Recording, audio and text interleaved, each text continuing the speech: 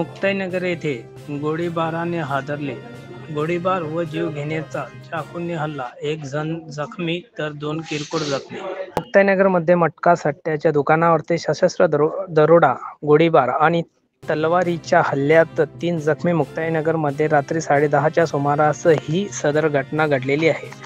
मुक्ताईनगर येथील प्रवर्तन चौक सट्टापत्ता वरली खत्री गल्ली म्हणून व्याख्यात असलेल्या एका मटक्याच्या दुकानावरती गोळीबार करण्यात आला.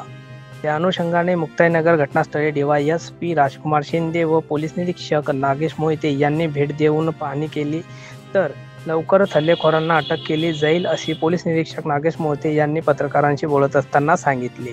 याबाबत अधिकृत माहिती अशी की मंगेश खेवलकर, रमेश देवचंद खेवलकर, रमेश खेवलकर व रवींद्र खेवलकर हे नेहमीप्रमाणे आपल्या व्यवसायासाठी गुरुवारी रात्री 10:30च्या दरम्यान 3-4 अज्ञात लोकांनी येऊन पैसे हिसकावण्याचा प्रयत्न केला असता यात झटापटीमध्ये त्यामुळे त्यांच्यावरती हल्ला करण्यात आला व मंगेश खेवलकर यांना एक गोळी